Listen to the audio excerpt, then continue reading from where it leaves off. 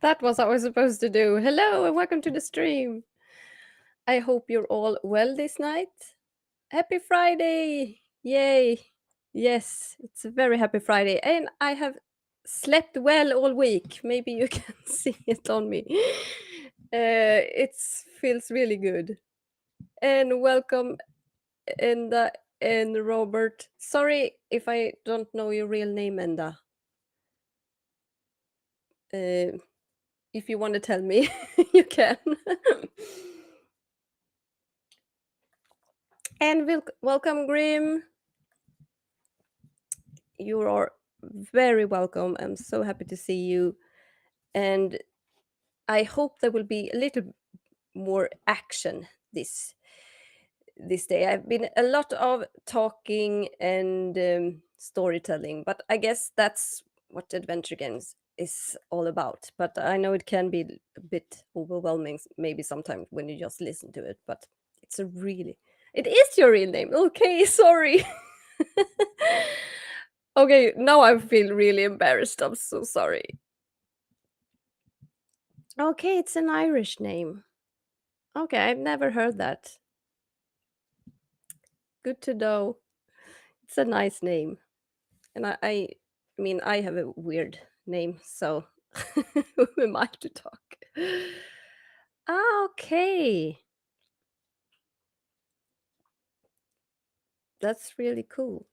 Yes. So, a little bit of retro gaming today then. So, we just go into it. I know if you missed the last time, we are in Arcadia and Marcuria, and now we're gonna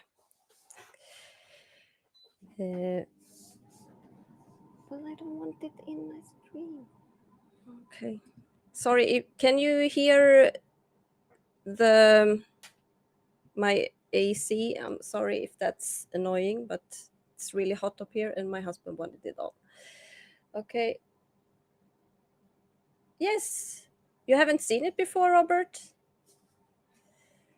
I thought you had. It looks great. Yes, I do want to do some stuff here. I was thinking about getting some kind of shelf back here, and it's not that expensive. But then the damn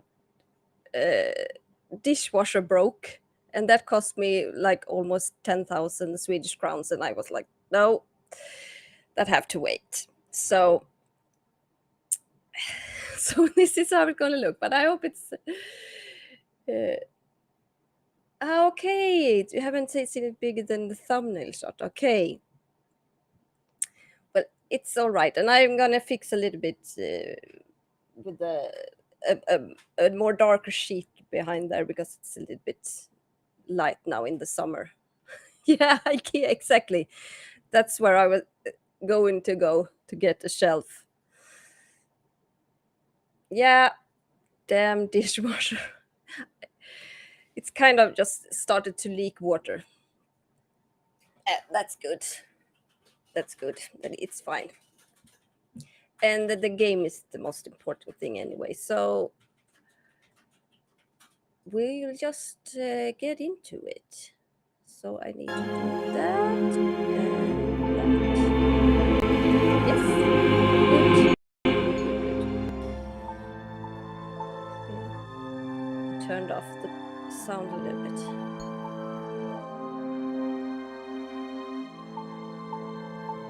I hope my sound is good. I have turned down the game music a bit now. So I hope it's okay. Yes.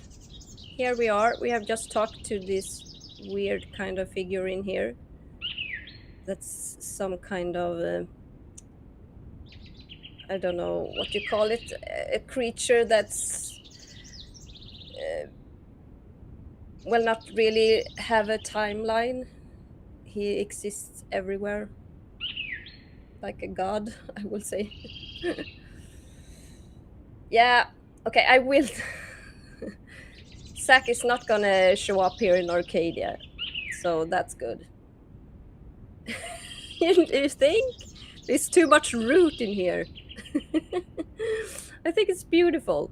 And this flower we actually grew here from our kind of plastic organic thing we took from our apartment. So, yes, okay. I will check in the diary now because I'm not sure where to begin.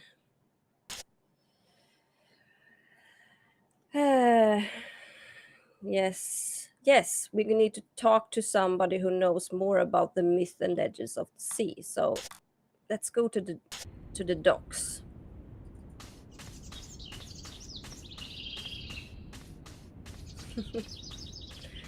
Organic flowers or mushrooms grown. Yes. I'm not sure what you mean by that. Mushrooms. Oh, this thing. Don't let me know. Well, we talked with the captain.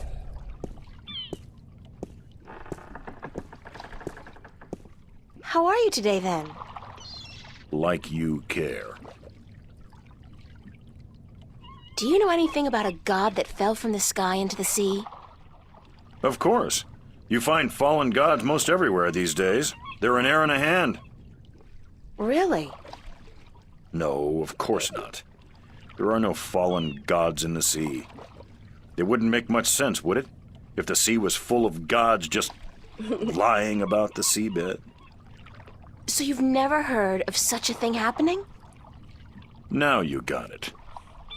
Bye. Huh? Okay.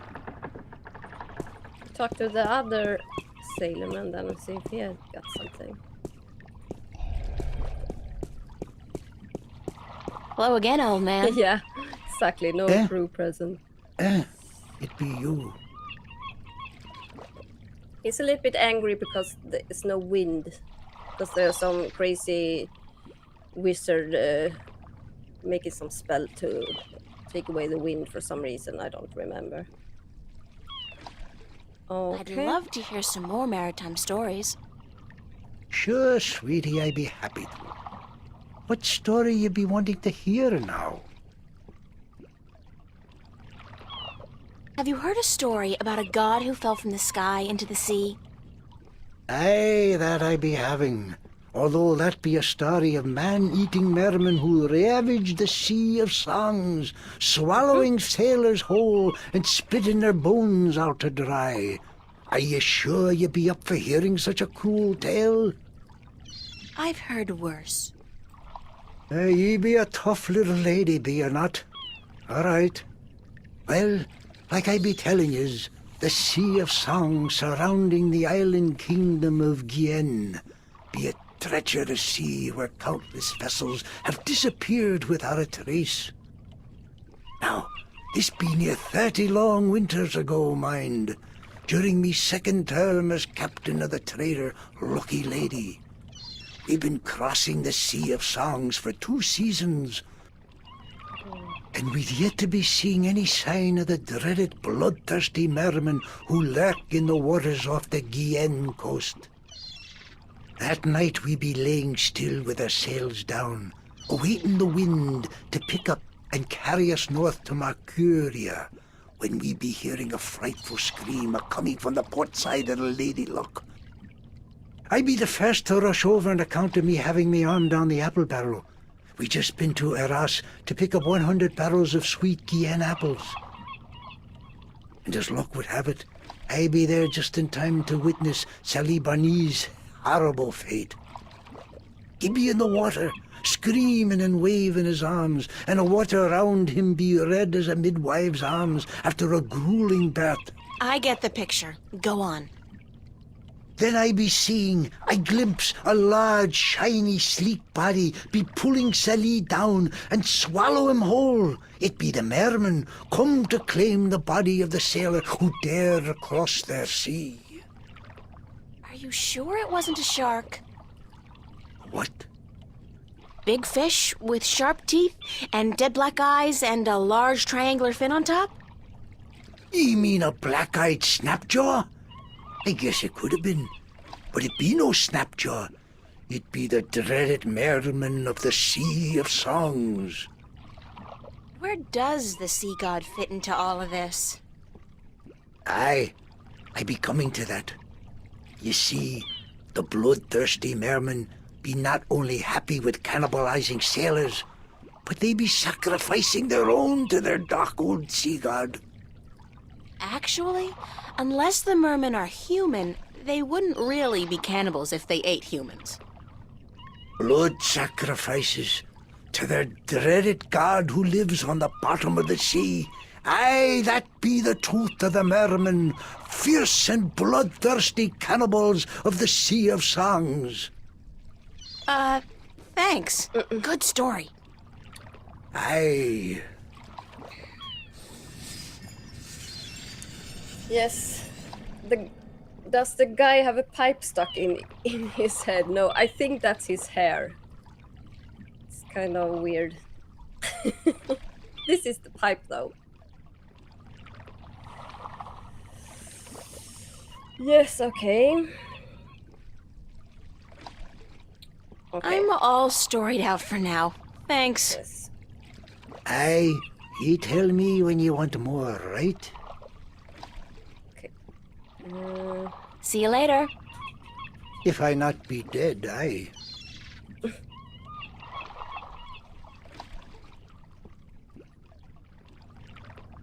Okay. Back to mending the nets. Okay, we'll see what she wrote in her diary. Yes. What is it with old sailors and long, pointless stories? I did manage to get some useful information out of the old man, however. He claims that the god that fell into the sea, the one Abernaxus told me about, is worshipped by bloodthirsty cannibal mermen who live in the Sea of Songs around the island of Gien. I think that's how it's spelled. The fact are they are not necessarily cannibal just because they eat humans didn't really deter him from finishing his story. I'm having my doubts about how bloodthirsty these creatures really are as well. Seems like the monster he described in this story could be some kind of shark instead of merman. Whatever the truth, if anybody knows about this god who fell from the stars, it would be the merman. Okay. I guess we go talk to Tobias next then. I don't know.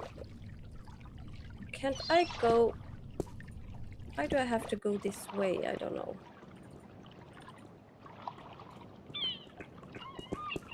I'm just gonna cheat a bit because we don't have all time in the world, do we? Okay, we talked to Tobias. Okay, I guess it was a bit of talking today. I thought maybe we do some puzzles now, but maybe not.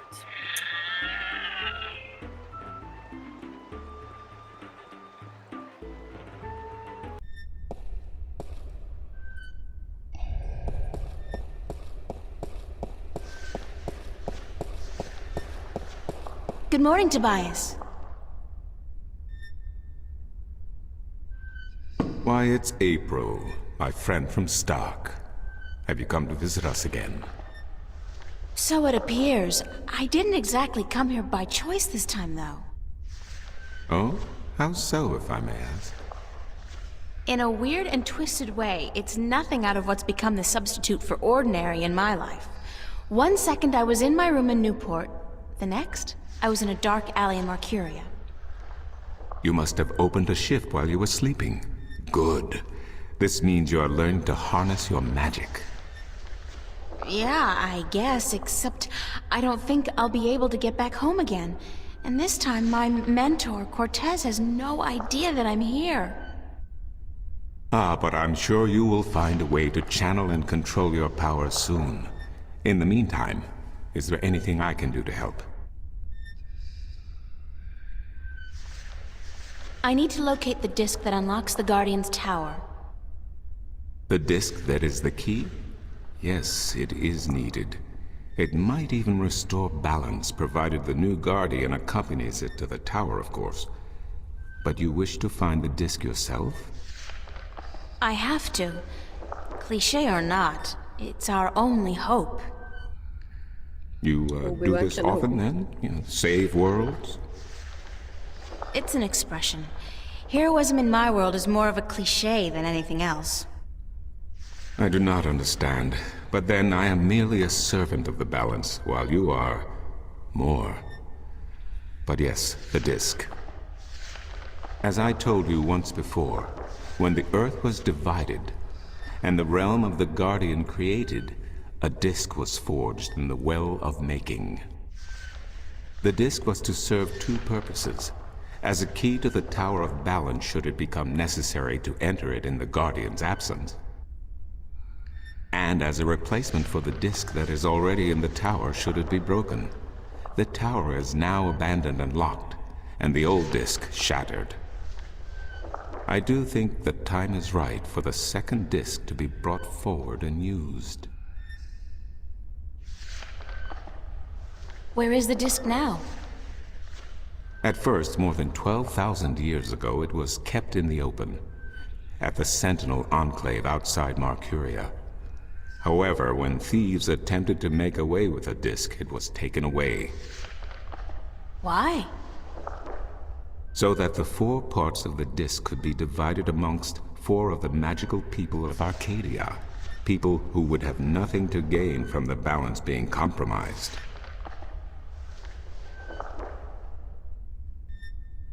What people were the disc divided amongst? This I cannot tell you. I am not sure anyone remembers now. But it would be in the scriptures, I am certain. What scriptures? The scriptures of the balance. There are 13 of them. 13 is a strong number, rich in tradition, and... Did you know the Ireed High Council consists of 13 ministers? No, of course you don't. 13 was also the number of the fathers who begat the Sentinel, and who built the Tower of Balance.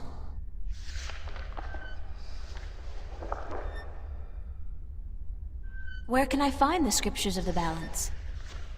Pay a visit to the Sentinel Enclave, located outside the city to the east. The great library of the Enclave contains every book ever written by an Arcadian minstrel, and most others as well. Speak with Minstrom Yerin, the keeper of books. Tell him I sent you.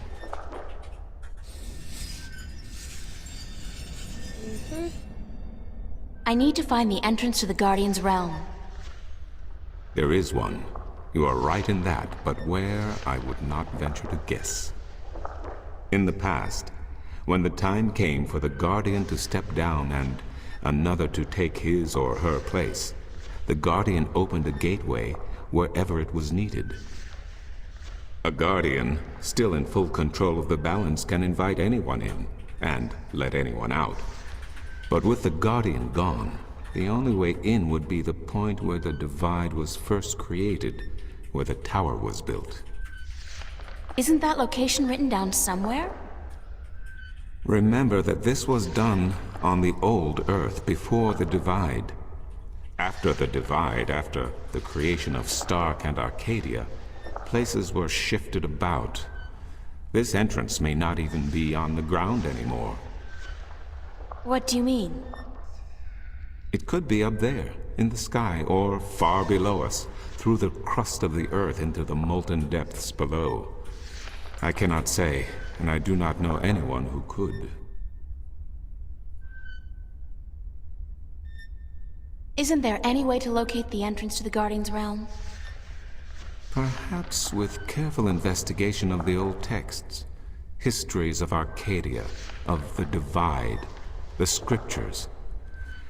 I do not know, April, but it cannot hurt to look. Again, you will find these texts at the Sentinel Enclave. Speak with Minstrom Yerin.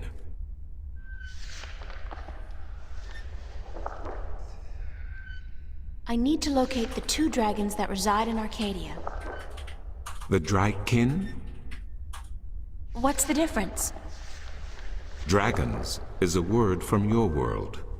The kin are not what they have become in your legends and fairy tales. But they're real, aren't they? Oh, as real as you and me, April. And old. They have been here since before our time. As you probably remember, the kin were instrumental in the Divide, saving mankind from a terrible end. But I know so little. Only what I can remember from my studies when I was a minstrel at the Enclave.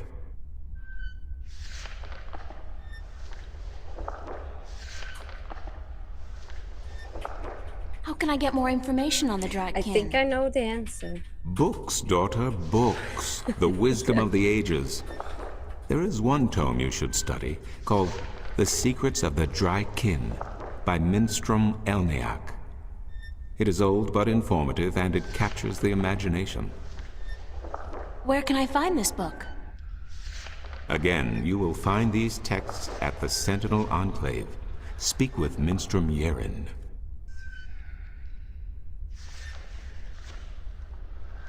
I need help getting back home. Unfortunately, I'm in no better state today to help you shift than I was the day before yesterday. You are the one with the talent, and so you must learn to use that talent. Okay. Thank you, Tobias. Good to know I could help you, April. Okay. Let's see what she's written. Monday. I have no concept of what the Arcadian or Mercurian calendar is like, but at home it would be July 31st. Come to think of it, what year is it here? Anyway, that's not really the reason I'm writing an entry in my diary. Tobias told me about a library where I may be able to find some answers. The library is at the Sentinel Enclave just outside of town, and I'm supposed to speak with a minstrel named Yerin.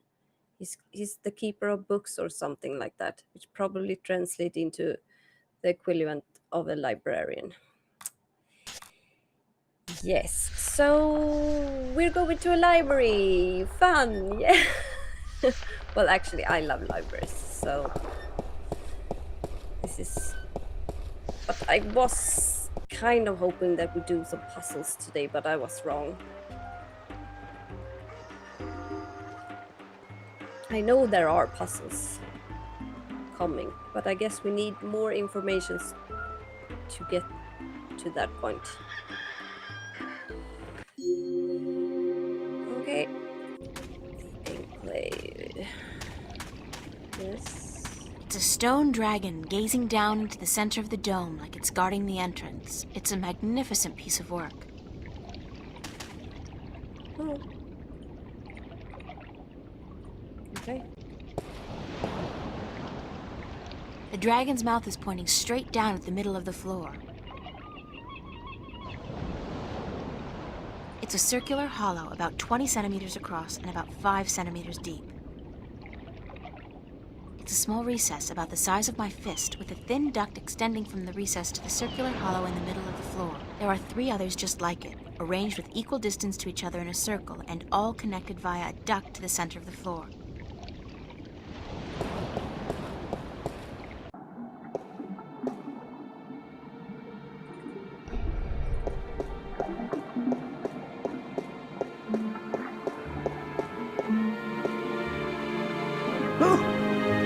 Oh, goodness me, I didn't hear you come in. By the way, you haven't seen Volume 6 of the complete annotated history of the Northlands, have you? I could have sworn it was here yesterday. Sorry, no. I guess someone else must have taken it. I try to tell them to write down what they borrow on the list, but they never listen. Only last week I spent 3 hours searching the entire Enclave for the second scripture of the balance, the scripture of song, before I realized that Vestrum Tobias was studying it back in the city. Now, such incidents could be avoided if only, and this applies to you too, young lady, people would sign out the books they borrow when they borrow them and sign them back in when they're done. Such a simple procedure. It shouldn't take more than a few seconds to jot down your name and the name of the book you borrow. It makes my job so much easier. Now, which book did you want me to find for you? Yes, hello, Santi. I guess there is a problem with me starting at 9 that maybe Nils hasn't fallen asleep at that time. So I'm sorry about that. But I just felt that because of me being so tired, I needed to move the time forward a bit. So but I'm happy you're here. And hello, Marcus. I hope I aren't you raiding right now? Okay. Are you Minster Yaren? Yes, of course. What a You're silly done. question. Okay. How would I know? I don't know you. I am Minstrom Yeren, keeper of the great library of Marcuria. In fact, this is the greatest library of all the Northlands. Perhaps of the entire world. Although they say the Dark People have a library as big, if not bigger, than this one. But of course, we're not allowed anywhere near there. Have you been there? I don't think... What a silly question. Of course you haven't. You're not of the Dark People, are you? You don't look like any Dark People I've ever seen, so I can't see how you could possibly... Now, where did Volume 6 disappear to? Tobias said I should talk with you. Tobias? Vestrum Tobias? I haven't seen him for... Well, he was in last week, but before that it must have been days at least. How is he? Still eating enough for 2 mules? I must tell you of this funny story I heard the other day, of how Vestrum Tobias eats enough for a table full of minstrum. Or was it one Elguan? Although the Elguan don't as a rule eat very much at all. Did you know that the Elguan can smell water more than half a day's journey away? Amazing, amazing creatures, perfectly suited for life in the desert. The balance provides, that's for certain. The balance provides. Vestrum Tobias recommended that I look at some books. Books is what we do best here at the Enclave, that is for certain. Which book would you like to see?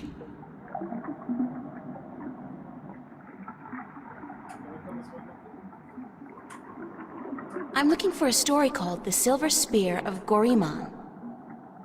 Yes, a fanciful tale if I ever saw one, but a charming one. Did you know that I'm often paid visit by adventurers wishing to read everything available on the spear, so that they too can set out on their foolish quests? Yeah, don't you just hate those adventurers? Well, they pay for my bread, milk, and butter with their contributions to the coffers, so I shouldn't be too critical of them. But they care not about the books. They care only about what the books can give them. I care. About the books, really. I can tell. So, the Silver Spear of Goriman, then?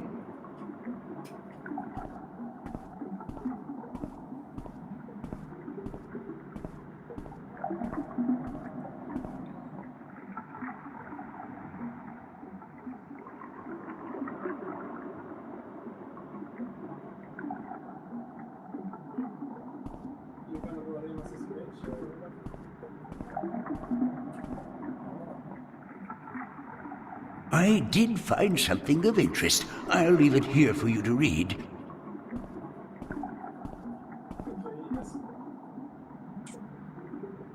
Okay. The Silver Spear of Gorimon. In the glory days of Bathsheba, before the drought, when Gorimon was the greatest city... Oh, sorry. I just needed to... I don't know why that's happening and why Spotify. I think Are that's. you done? Oh no, Let me take I'm that not back done. for you.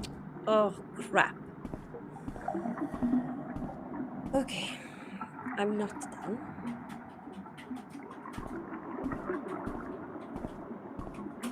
Can I ask for it again?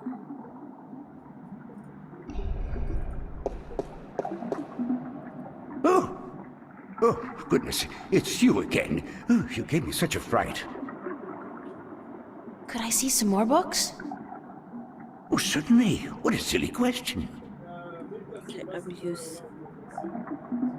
I'd like to read The Silver Spear of Grimon again. Certainly.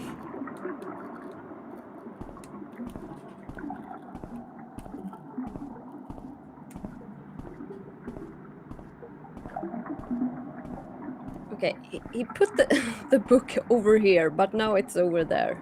Okay, I guess this is a world of magic.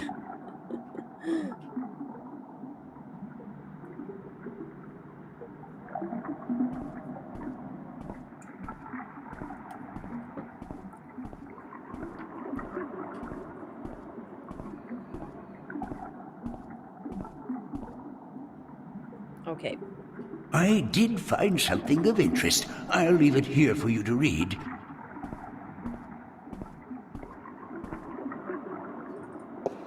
okay, now. In the glory days of Bathsheba, before the drought, when Gorimon was the greatest city in the known world of Paresh of Bathsheba. This, what? When Gorimon was the greatest city in the known world, the Paresh of Bathsheba decided to forge the most powerful weapon in the world to challenge the mighty white dragon. The Parash has grown greedy and bored, his treasure hold filled with the riches of the world, and he desired nothing except the one thing he could never have, the unborn daughter of the white dragon, the fairest, purest, most beautiful creature in the universe. He had asked the white dragon for her daughter's hand in marriage, but she had refused, scolding him for his insolence and warning him to keep his distance from immortals. And so the Paresh sought the advice of a mighty sorcerer, the dark and cruel Eos, to learn how to kill one of the Dryakin. The sorcerer told the Paresh of the white silver of Mount Tyrene, the strongest substance in Arcadia, and how it could be forged by magic to kill even one of the kin. The Parash ordered his army to go north, across the ocean, and to bring back enough white silver to shape a weapon. When his men returned with the rare metal, the Parash ordered the finest blacksmith in Bathsheba to his castle, where Eos the sorcerer cast a spell to create an unholy forge.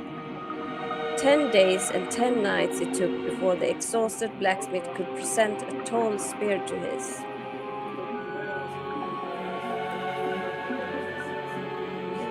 Wait, sorry.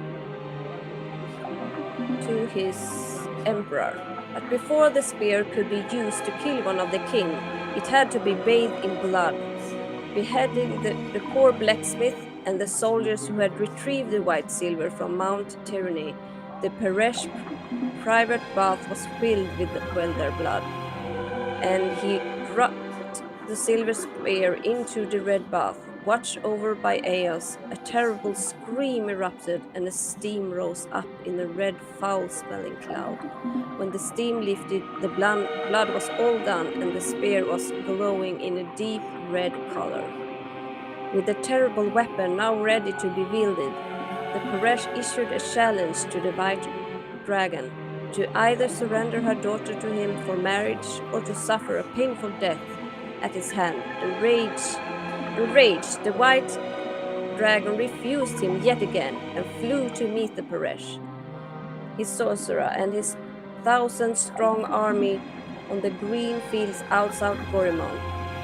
Of the magical silver spear she knew nothing, and the Paresh kept it wrapped in cloth by his side. Bring your forces around, Paresh, warned the white dragon. If you do not, I will lay waste to them all. I wish my men no harm, lied the Paresh. for this is between the two of us." He then rode forward, alone, and dismounted his horse, but stayed within reach of the spear. The white dragon landed before him, and she said, "You are brave to face me like this, when you know you cannot harm me." Then the Paresh raised a hand as to greet her, but it was instead a sign to his sorcerer, the terrible Eos, who cast a mighty spell to hold the white dragon, while the Paresh drew his silver spear. The white dragon fought bravely, and she was close to escaping the sorcerer's magic, but the Paresh was quick, and he thrust the magic spear into her chest. She screamed in pain and anger, and the sorcerer's spells could not longer hold her. Rising on her beautiful wings, blood pouring down on the land below, she cursed Bathsheba, her Paresh, her people for all time. Wherever the white dragon's blood fell, the land turned arid and grass became sand. The Perez sent his armor to follow the white dragon and to bring back her egg, but the drought grew, and within days, the once proud empire of Bathsheba was turning into a desert. Then followed a fierce storm that tore across the land for 100 days and nights, and when the dust settled, there was nothing left on Bathsheba but two coastal cities and a few scattered oases. In this, it is said that the buried ruins of a lost capital, wrapped in the arms of Paresh, who dared test the immortal, rest the silver spear of Gorimon. Are you done? Let me take that back for you.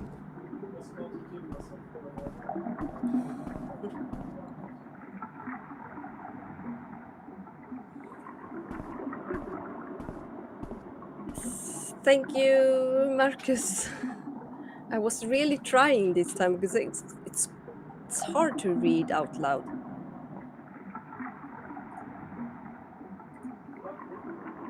Okay, now we're gonna scare this old man again. Oh, goodness, it's you again. Oh, you gave me such a fright. Could I see some more books?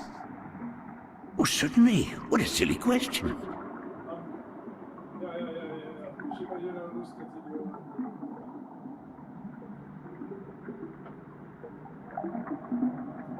A book on the history of Mercuria would be interesting.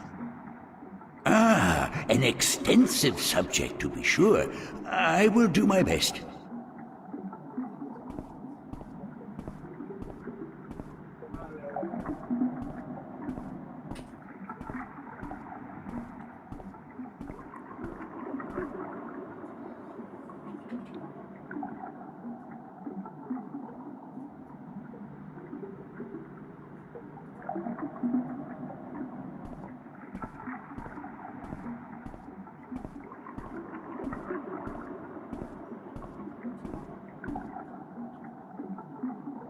I did find something of interest. I'll leave it here for you to read.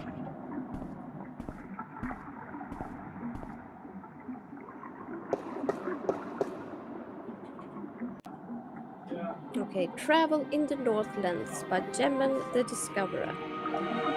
The first part in my many years of traveling poet. In my many years as a traveling poet and bard, I have journeyed far and wide. Sorry, I need to. It's so loud. Okay, this time. I hope you get this. In my many years as a traveling poet and bard, I have journeyed far and wide across the fair realm of Arcady. Okay, Arcady, maybe. And I have seen sight most people have not dreamed. I have stood on the magnificent and terrible southern capes in the midst of winters, when the storms are at the fiercest, while waves are tall as the towers of Altaban. Washed over my frozen body, I have witnessed the monstrous beasts that lurk in those dark and deadly waters of south, swallow brave galleons whole, creatures that size of mountains, that with a flick of a tail can touch the depth of the sea and the stars themselves. I have crossed the great ocean from north to south and from east to west, and the course been and in the course been stranded on desert islands. And in the course been stranded on desert islands with no sustenance but what I could gather from the sparse vegetation. For months at a time, I have ridden the giant Elgon across Shan Angriel, the wasteland from Alban to Monterba, and further south where the oases are few and far between, and I have seen the shifting dunes above the ruins of Gorimon, precious jewel of Bakshevan Empire, concealed for centuries by the coarse and treacherous sand. I have journeyed far west, carried on goodwill and destiny by shadow ships to the strange and unknown cliffs of a world unseen by most, a world of an unfamiliar tongue and customs, a world of great wonder and mysticism. I have seen all this and more, but the fairest sights still have seen but the fairest sights still I have seen in the lands of the north, from Airede to border mountains, from Tyran to the Bay of Fire. No sight can ever compare to the dawn at Mount Tyrene, looking out to the plains of Nedra, where wild stallions run free in the thousands, and to look on the city of Coruscant, the pearl of fire, while the boiling sun sets in the ocean beyond, the slow waves reflecting dark yellow and red as they lap slowly upon the sandy shores, is an experience truly treasured and near forgotten. These lands are blessed by the Creator, shaped by men, yet wild and free and fertile, home to the greatest cities, the most precious sites, the most cultures and civilized people in Arcady. Of all the fires I have rested my weary legs by, of all the taverns where I have learned the legends of tale spinners and memorized the songs of bards, of all the lands where I have wandered from city to village, is to the Northland I return time to time again to learn even more. Join me now, for I will evoke in you the very emotions I first experienced when I visit the sights and treasures of the northern lands. Join me, and I will surely bring you there. I will surely bring you there to the exotic mist of these blessed lands, and you will pine for its rugged coast and green woods and its hardy people, and like me, you will near, I'm not sure how to pronounce that, near rest until you can return to yonder shores. Marcuria. O Marcuria, thou uncapped diamond of capitals, thou art by truth the fairest. Thy counsel many seek for knowledge, kept within the centuries, sought and gathered by men wiser than the ages, brought hither by word of mouth. Marcuria, changed thou not the course of war. Between nine people, diplomat, wise man, magician, and all this and more, thou hast without equal the mark of merit and virtue. Written by Jimin Ultrin the poet. The august capital of Irede, the unified country, Mercuria, lies on the hardy southern coast of the Northlands, halfway between Tyran and Coruscant. It is a port of call for merchants, traders, adventure, and pilgrims from all four continents, a place of commerce and diplomacy for millions of humans and other species.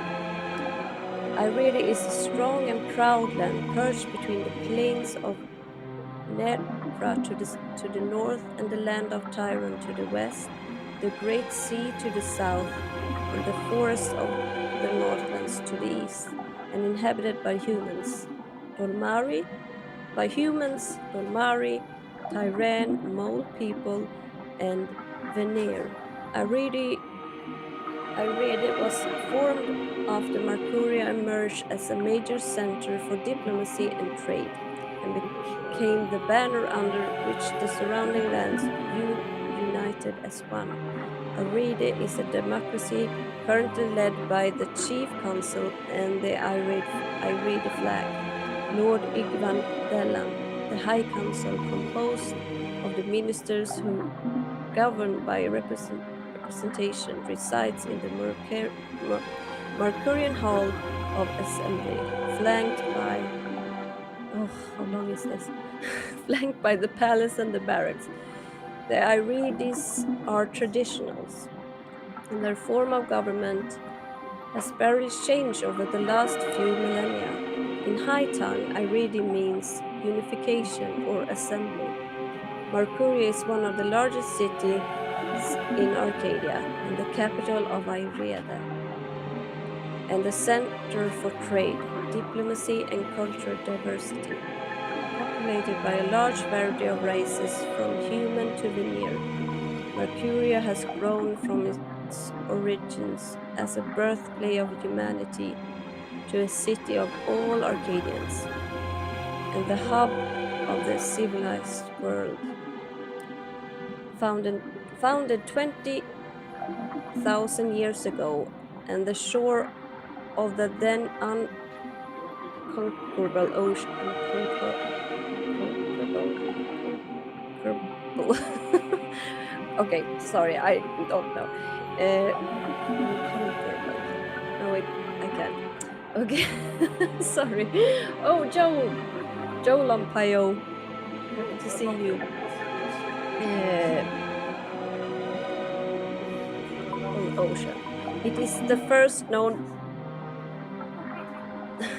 permanent settlement of the emergent human race, naturally left to its own devices by more developed races. Marcoria grew large and fat and wealthy. With the newfound confidence, it passed through the period of expansion with which gained a reputation as a merciless aggressor, which soon brought violent tension from the Tyrrhene in the west and the Dolmari in the north. After years of war, Mercuria was decimated and sec- subs-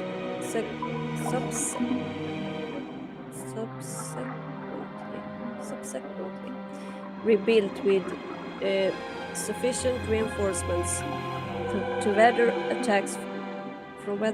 attacks from both sea and land. Peaceful times followed, whereupon Mercuria settled into the role as it has today's Arcadia. Although all surrounding areas fall under its jurisdiction, there is sufficient self-governing and few central taxes to appease all but the most disgruntled. The huge areas of farmland around the city benefit from the well-kept roads, markets, and a busy export to other lands. Nearby villages benefit from the military might of Mercuria, protecting them against the roving barbarians and Tyrrhene armies. And Mercuria also provides the people of the Northlands with one of the best and busiest ports in Arcadia, allowing travel destinations around the world. Are you Oh, done? that Let me take that back for you. was a little bit tough.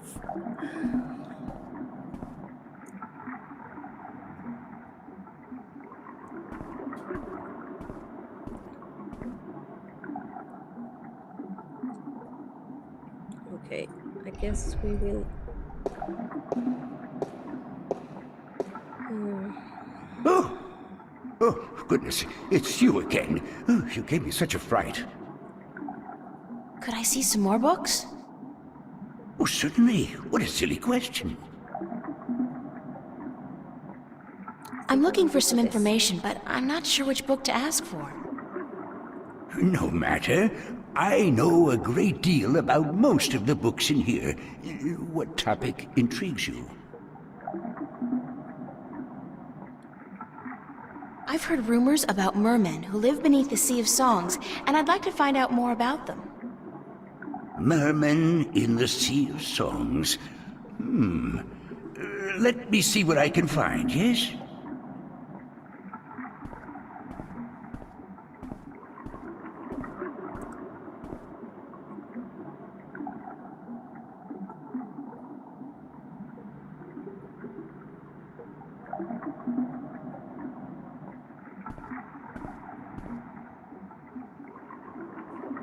I did find something of interest. Yeah, I'll leave it here it's for you to mermen. read. But I'm not. They are both sexes. I just want to clarify that.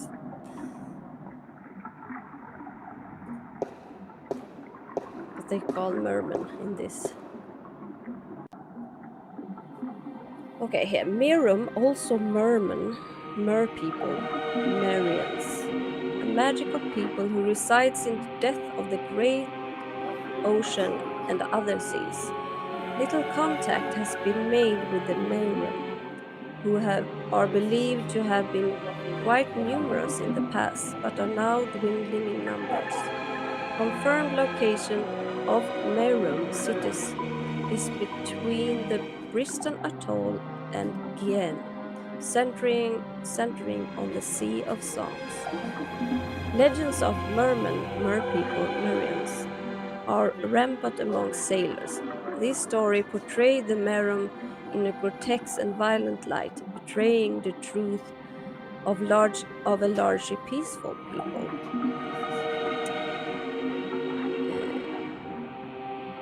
Yes.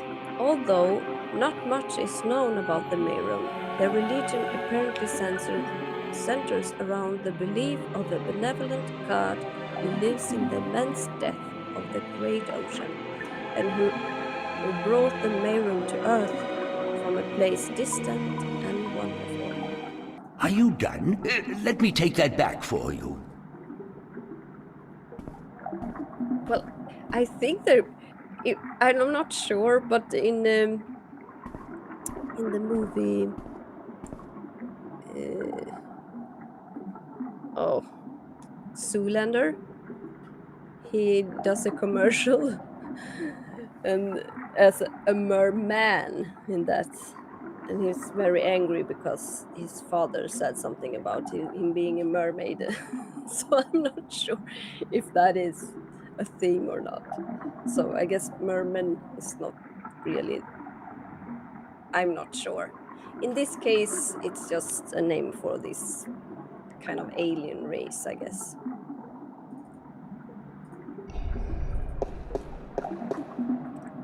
Oh, oh, goodness, it's you again. Oh, you gave me such a fright. Could I see some more books? Oh, certainly. What a silly question. Silly question. I'm looking for some information, but I'm not sure which book to ask for. No matter. Something wrong with I know a with great the deal audio, about it just most of the clears books in them. here. What topic intrigues you?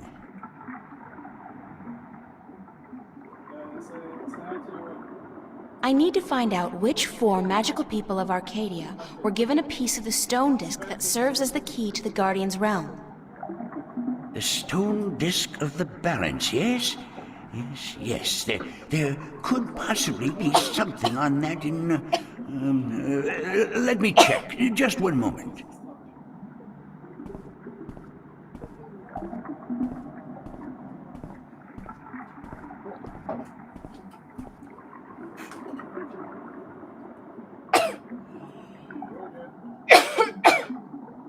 Oh, I'm sorry. Mm.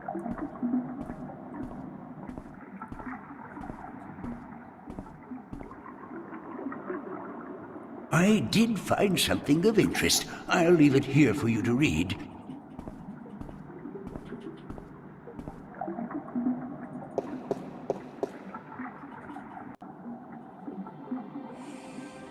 Okay, chapter 16 of the 8th scripture, the scripture of breaking. Regarding the disc of the balance and the events that came about when the disc was broken. The scriptures tell us that the disc was kept at the enclave for many thousands of years, safely guarded from any threat, by the respect held by every man and woman for the authority of the fathers. But with dissent came disobedience, and the disobedience brought immorality, and immorality begat theft. Tyrant soldiers, aided by sentinel's traitors, attempted to make away with the disc, but were thwarted by the wight of the king herself, intervening, although forbidden to do so on behalf of the fathers. The disc was brought safely back to the enclave, but the threat would linger in the midst of the minstrum and the westrum. So it became that the disc was melted in the forge of the dragon's mouth, shaped into the elements of 4 magical people, and given to these respective peoples for safekeeping, until such a time when it was decreed that the disc should once more be whole. 1 stone to the gentle souls that sing in the dark and shapes the earth between. Okay. Oh, I'm actually quite good, but I got some wine down the wrong throat, I think.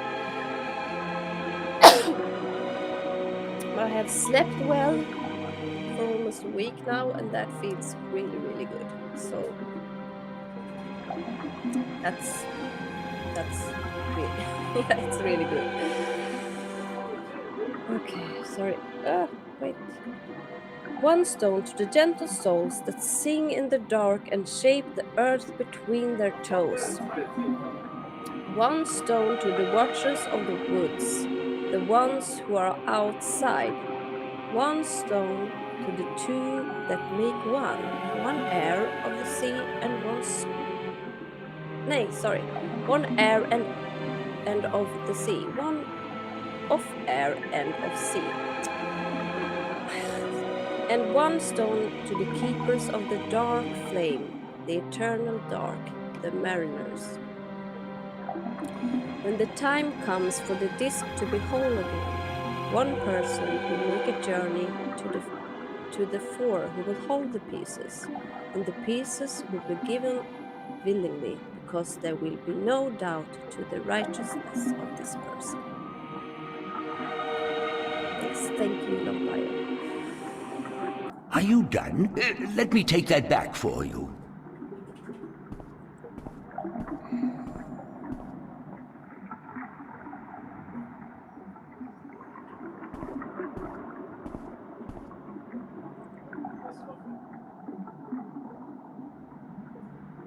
Okay. Honest.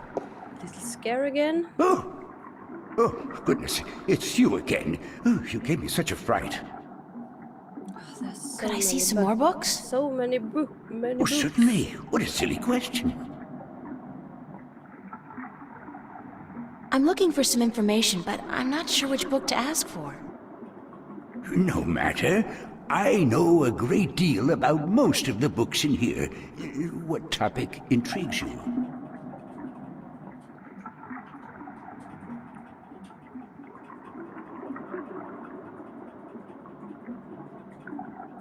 I'd like to learn more about dragons, about the Dragakin.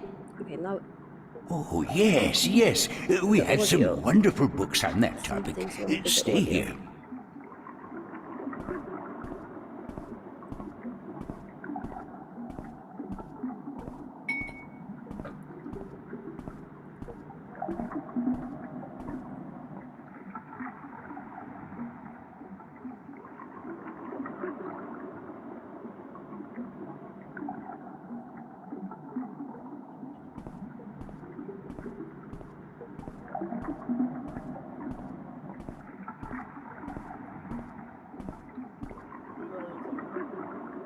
I did find something of interest. I'll leave it here for you to read.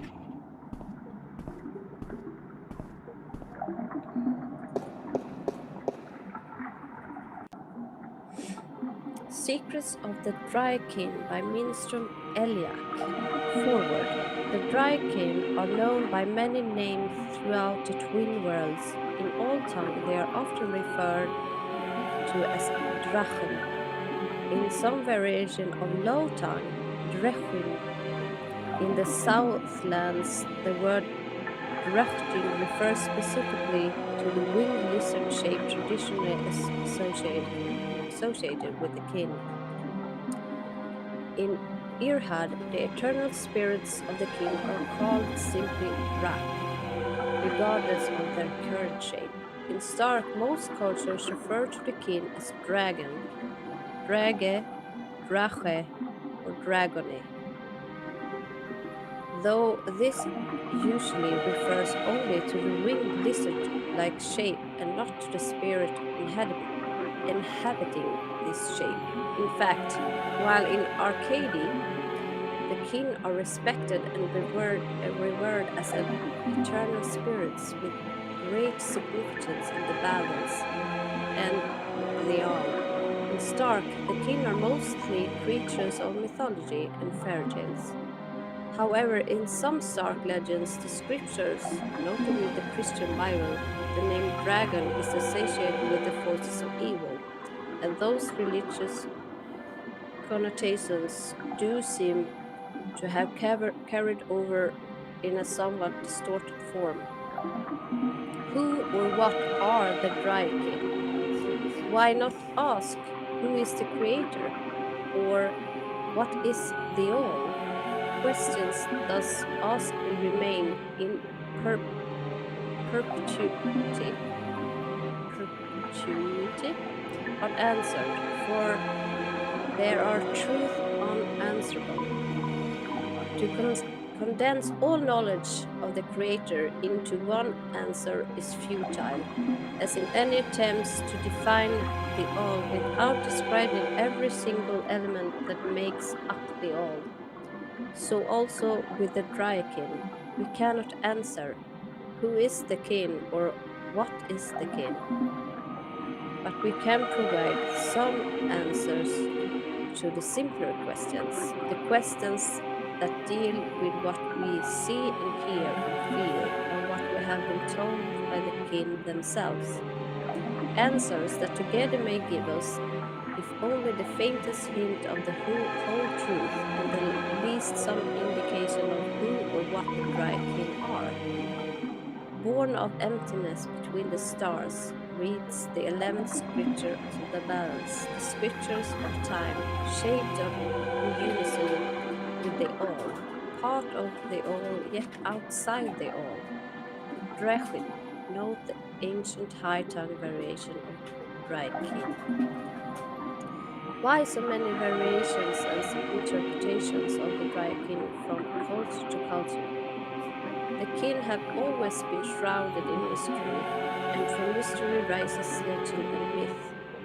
The kin seem content to be seen as nothing but tall tales and figments of bards' fertile imagination. Are you done? Let me take that back for you. Okay, see if I can do this better this time. Drink hot wine, I mean.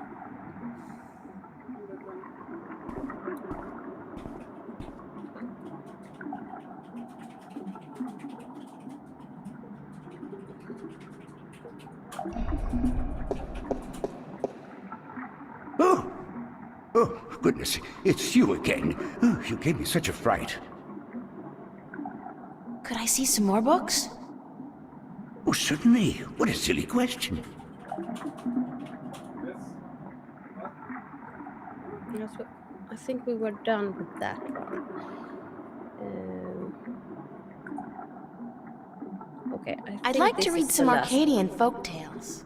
I hope. A favored topic of mine. I have just what you're looking for.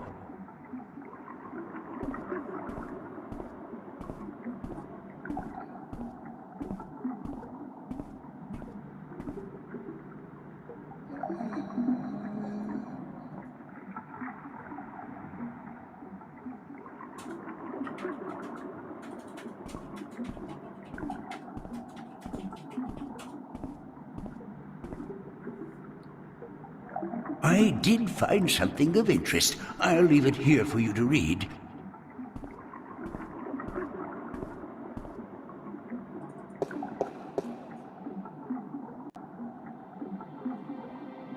Saedra, the faithful wife. Saedra was married to a brute of a man named Care. He was a bully who drank, cursed, gambled, and beat up his wife when he lost coins at the cops table. Still, Saedra treated Care with respect and care. She fed him when he was hungry, she made his bed and washed his back, and she lay down with him when he told her to.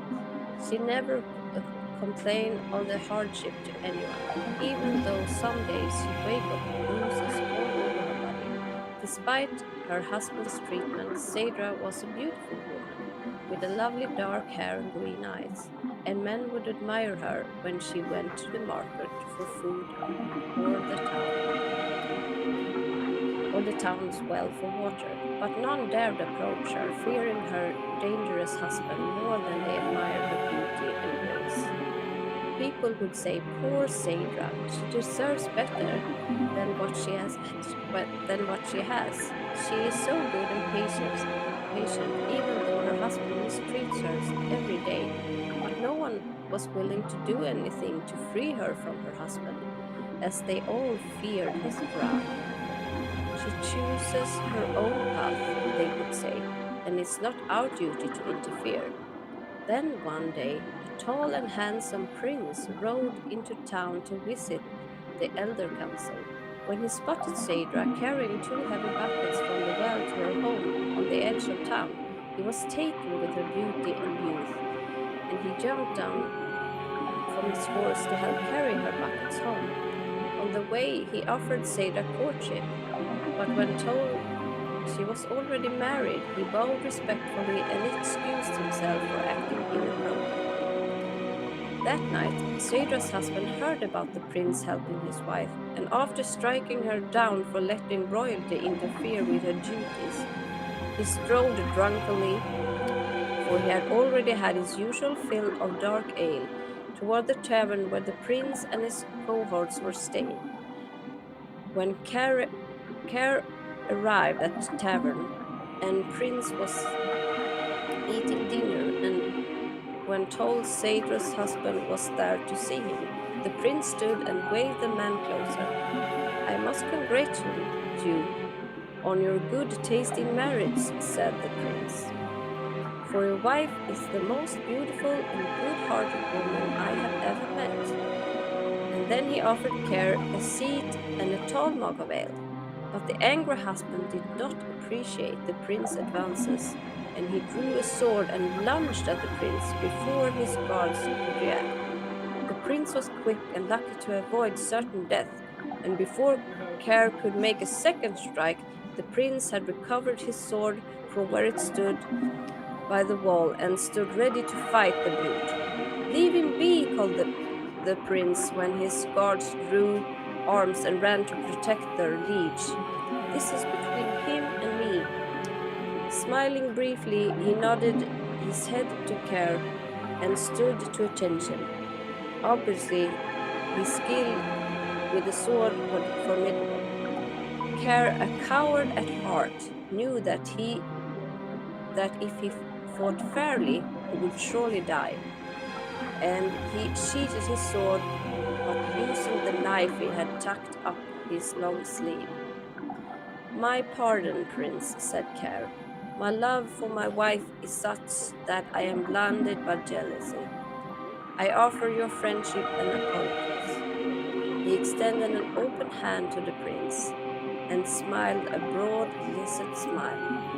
The prince, unaware of Care's mistreatment of his faithful wife, smiled back, put down his sword, and extended his own hand. "Your apology is accepted, sir." Then suddenly, Care's knife was in his hand, moving in a blur towards Prince's exposed throat.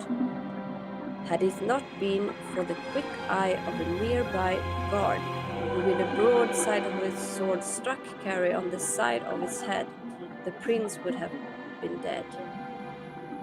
The knife carved a deep scar in the prince's shoulder, but did no serious harm. Care was taken away to the town prison to be judged. When the sun rose, his crime was surely punishable by death, especially if Sadra would testify to his cruelty in front of the judge. Free of Care's tyranny, the townspeople now spoke of Sadra's suffering by her husband's hand. But Sadra would not herself, even now, speak against her husband, and instead of being sentenced to death, Care was sent away to work the king's mines for 25 years. Taken with her faithfulness, the prince yet again offered Sandra courtship, but again Sadra declined, for she was still a married woman. Then, 1 year later, Carey attempted to escape the king's mines by killing 2 guards and climbing the walls, but he was shot down with an arrow and died in agony and disgrace. Again, the prince visited Sadra's town, bringing condolences and renewed offer of courtship, and this time Sadra agreed. Months later, the prince and Sadra were married in a glorious ceremony, and when the old king died, the prince became regent and Sadra his queen. She was a good queen as the land has ever seen, and she was loved dearly until the day she died. And her funeral was the grandest and most tearful in memory. Are you done? Let me take that back for you. What did the husband do? He was cruel. Or in what contest? Sorry, I'm not sure. He hit her, but she was patient, and when he tried to escape the mines, they killed him. But I'm not sure what that has to do with things we need to know about. Okay. I'm not sure what we have to do.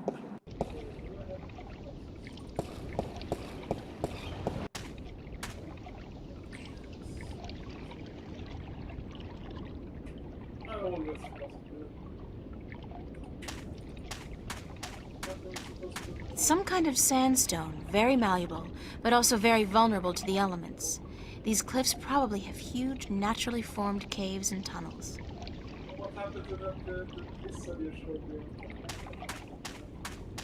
At least once I look at it. But you want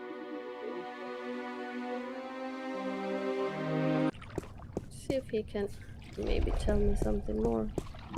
Hello. Uh-huh. Did you ever hear of the Merman of the Sea of Songs? You mean the bloodthirsty cannibal merman of the Sea of Songs? That's it.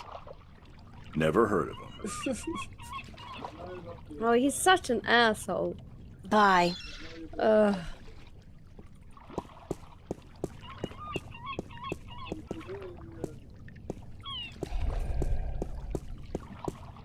Hello again, old man. Eh? It be you.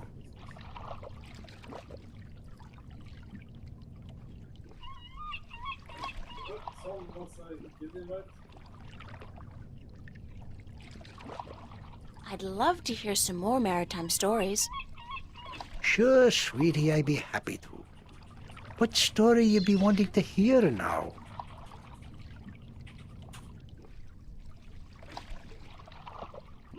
Okay. I'm all storied out for now. Thanks. I guess this was Aye, ye tell me when you want more, right? See you later. If I not be dead, aye.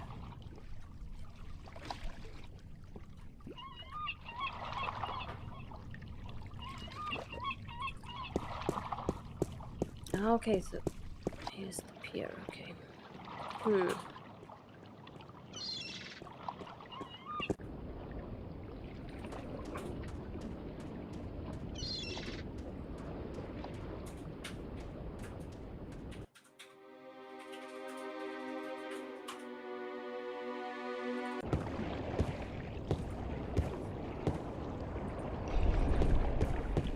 Hi there, Mr. Westhouse. I'm back. My word. What on earth possessed you to return to this godforsaken place? You were lucky to escape the first time, but now you're really pushing it. It's not that bad a place, or else you wouldn't stay here. Besides, this time I didn't exactly come here by choice. I stay here because I'm a true masochist, Miss Ryan. And who forced you to come? Was it Cortez? He doesn't even know I'm here, unfortunately. No, I think I had some kind of accident with my so-called powers. I shifted in my underwear. No, ha! Isn't that the way it is, though? We always cross the rift at the most inopportune times. Care for a drink? Oh, no, that's right. You, don't. Would you mind helping me with a few questions? I've nothing better to do, so shoot.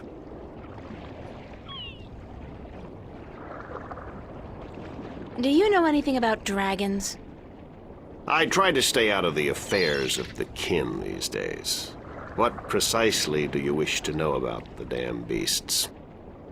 There are 2 dragons in Arcadia, and I'm trying to locate them. Yeah, I've heard that tale myself, but no, I don't know anything about it. You'd be better off speaking with the Sentinel Minstrom. After all, religion is their specialty, not mine. Did you ever hear a story about a god who fell from the sky? Stories aren't my thing, April. You should visit a library. I'm sure you'll find some stories in the books. I know the Sentinel have a library somewhere near the city. I've also heard rumor of a people with wings who do nothing but observe and record history through stories. But I don't know if that's all it is. A rumor. Still, if you're looking for stories, it may be wise to check it out and see if you can find them.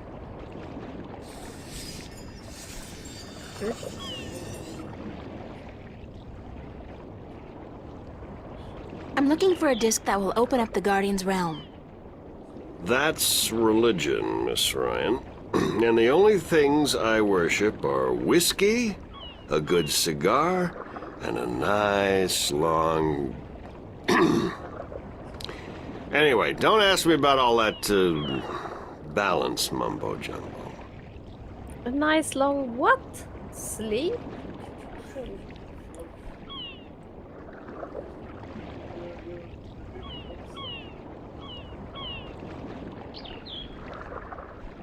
Would you be able to tell me where I could look for the entrance to the Guardian's realm? In Tobias's pants, if he had his wish, I'm sure. No, I'm sorry. I don't know anything about the Guardians, balance, sentinel, or gardening. Now, if you're interested in bullfighting, I could talk all night. Bullfighting. Okay. Bullfighting's a horrible act of cruelty to animals, and not much of a sport at all. I'll just forget you said that, Miss Ryan. If there's one thing I miss about Stark, it's bullfighting. You'll be happy to hear, then, that they abolished bullfighting hundreds of years ago. Damn.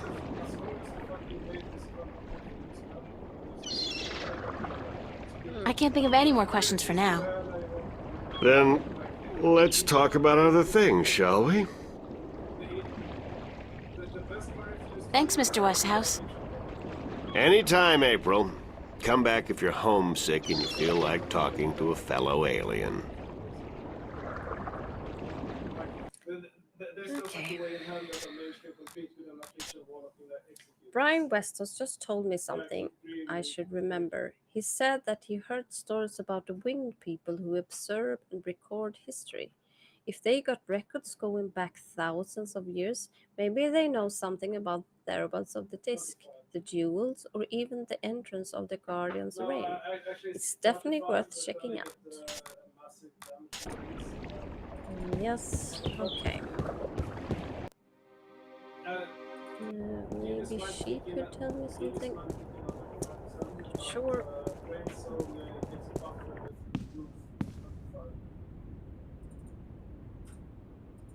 Hello? Excuse me? Yes? Oh, it is you. Thank you, ma'am. You're welcome, child. Okay. That's not the thing to do.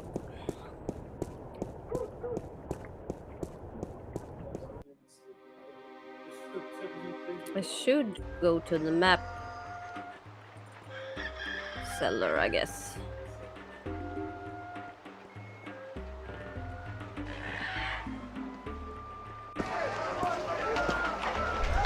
Hey, you! What's going on? Why didn't you deliver any maps yesterday? I wasn't around, sorry. Well, there are more maps to be delivered, and my customers are getting very impatient. Did you deliver the map to the rolling man? Yes, sir. All right, let me see his signature, and I'll give you your next delivery.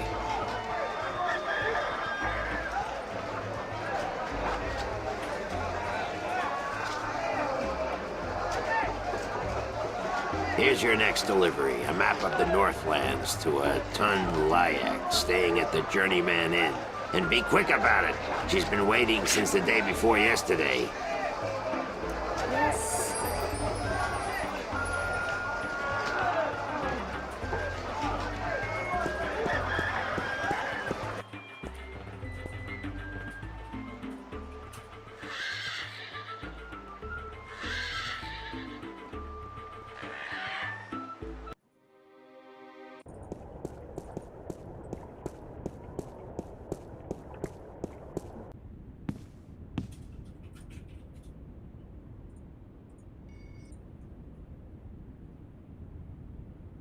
Mm-hmm.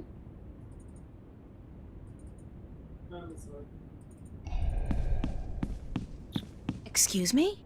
Yes? Oh, it is you.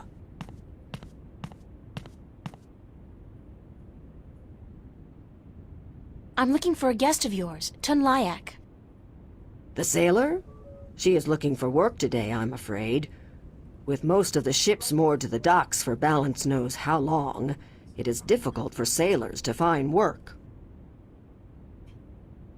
Do you know when Tun Layak is expected back?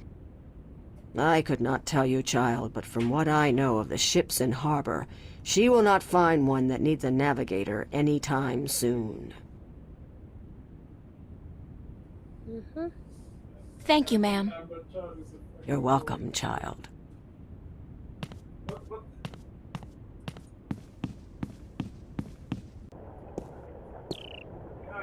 Like I want to really the dude's life or nothing. Yeah. Okay.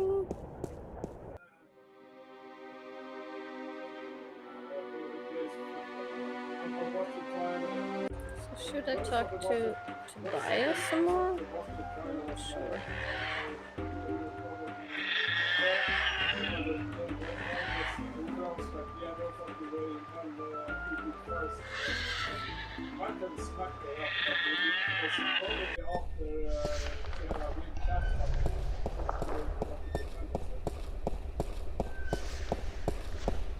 Are you busy? I'm never too busy for you, April. What may I assist you with today?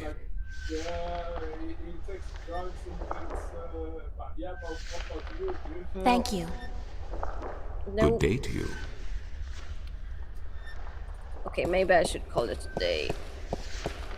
I'm not sure what to do next. The only thing that Jim managed to do was that, yeah, sometimes when he doesn't manage to score, but when he does, he gets relaxed. He don't mind it. It's like, yeah, the case is I don't think I can find.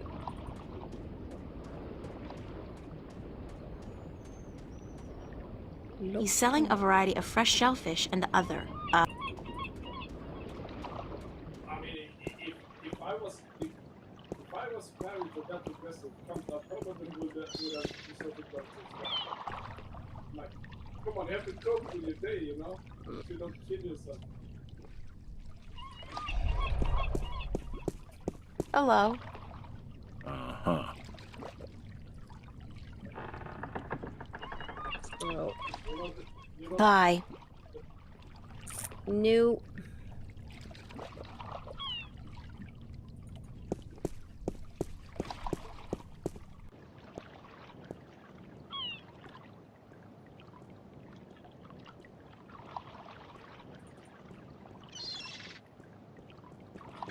No, I think this will be it for today. So I have no idea what to do next, but there is somewhere I need to be. And first of all, I'm gonna save the game like that. Yes. Yes.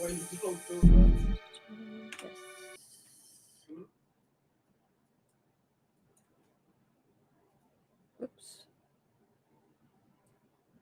What happened? Yeah, I've seen that clip. Olaf eventually That. smoked cocaine in court. Like that. That's like, yeah, you're so trustworthy. Yes, always be saving. I didn't do that one time. You should not to say That it was not fucking fun. awesome. But the thing is, it's kind of, you can play this game very quickly if you just go through all the dialogue, because it's mostly just dialogue. And I guess that might be maybe boring for some people, but I like it. It's a kind of storytelling, and I like that. So Yeah, it sounds like Eminem. this is my kind of game. But I think that's really it awesome. for tonight, and I'm really happy that you are here to share this with me. And next Friday it will be Midsummer's Eve. I said that last Friday or last Saturday, but I was completely confused. Yes, exactly. It feels like I'm telling you a story, and I really hope you like it. I like it anyway. So, but next Friday it will not be Nostalgia Friday, because I will be celebrating the Midsummer's Eve and sacrificing some people. No, I will not. I'm sorry.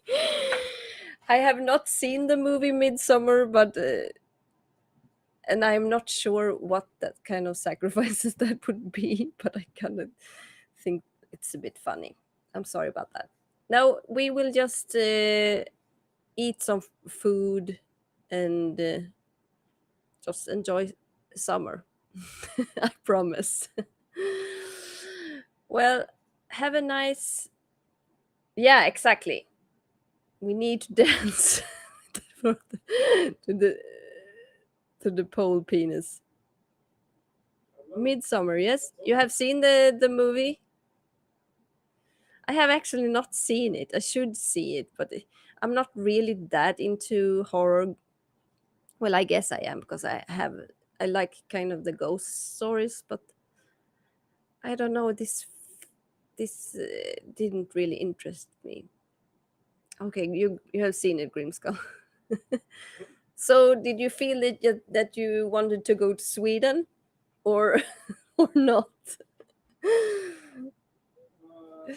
Well, actually, Midsummer is a really fun time. It's mostly about the drinking in this country. Not really my tradition, actually. We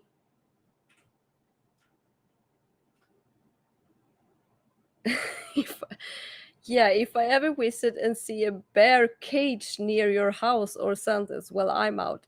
Is that in a movie? Do they have a bear cage? Okay, I maybe I should see that movie. Maybe we should discuss that movie something. No, you don't want to see it, I guess. that's that's a really weird movie. Spoiler. Okay, so they sacrifice people to the bear. Oh no. Okay, it's a man bear pig. Okay. Well, maybe we should do that as a weird like rando Calrissian stream to discuss Midsummer, me and Santi. That would be fun. Uh, maybe you and me, Grim, we can discuss it. Just some rando stream. Well, anyway, we will have some great food and just enjoy the summer and the light. Because then, as my father says, like he says this every midsummer, that okay, now it's soon it's Christmas. That's like every time. Because yes, it means that we are in at the lightest time, so then it's kind of turns over and goes darker and darker.